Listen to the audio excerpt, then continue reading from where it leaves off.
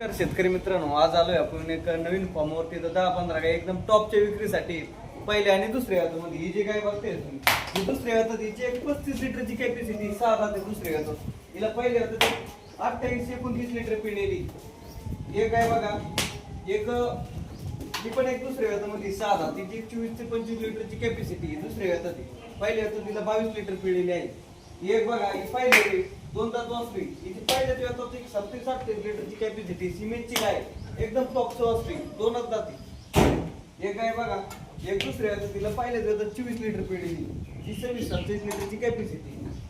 एक बघा, ही 2 दाती पहिलं, हिची 22 ते 24 लिटरची कॅपॅसिटी. एक टॉपचं वासरी.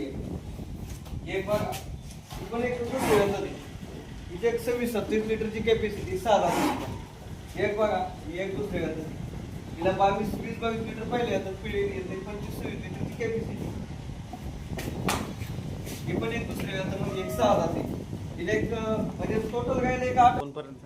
तर नमस्कार शेतकरी मित्रांनो, हे जे तुम्हाला मी गाया दाखवल्या, या सगळ्या 15-15 दिवसाच्या अवकाशी खाली होण्यासाठी. या गायांची किंमत राहील 1,20,000 ते 1,80,000 शेतकरी मित्रांनो, कमेंट मध्ये विचारतात तर काय किंमत आहे. टोटल गायची लाखाच्या वरतून किंमत आहे. तुम्हाला अंगासाडाच्या बोलीमध्ये गाई खरेदी करून मिळते. रामकृष्ण हरी.